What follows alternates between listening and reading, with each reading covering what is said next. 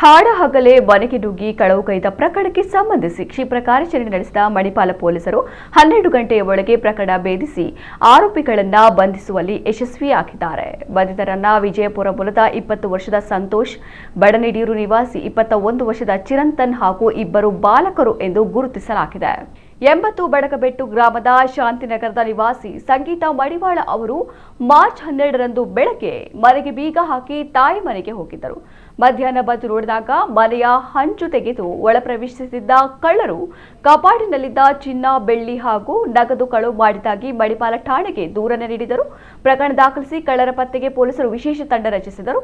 March 13ರಂದು ಶೀಮ್ರಾ ಸೇತುವೆ ಬಳಿ ಅನುಮಾನಾಸ್ಪದವಾಗಿ ನಿಂತಿದ್ದ ಆರೋಪಿಗಳನ್ನು ಬಂಧಿಸಿ 4,47,000 ರೂಪಾಯಿ ಮೌಲ್ಯದ ಚಿನ್ನಾಭರಣಗಳನ್ನು ವಶಪಡಿಸಿಕೊಂಡಿದ್ದಾರೆ.